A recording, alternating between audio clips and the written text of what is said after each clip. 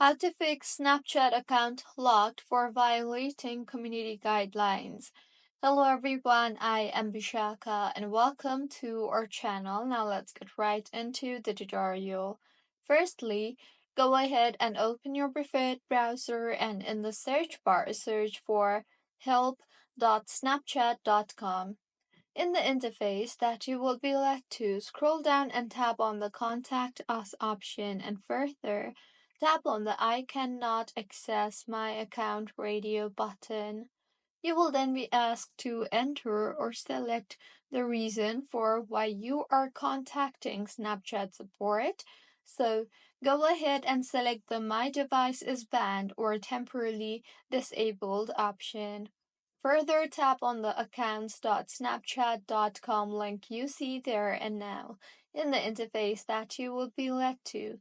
Enter your login details and log yourself in and further report the Snapchat team to unban your account by saying you have not violated any type of community guidelines. So this is how you can fix Snapchat account locked for violating community guidelines. If you find this tutorial helpful, please like the video and do comment if you have any queries. Also, do subscribe to our channel for more helpful tutorials like this. See you on the next one.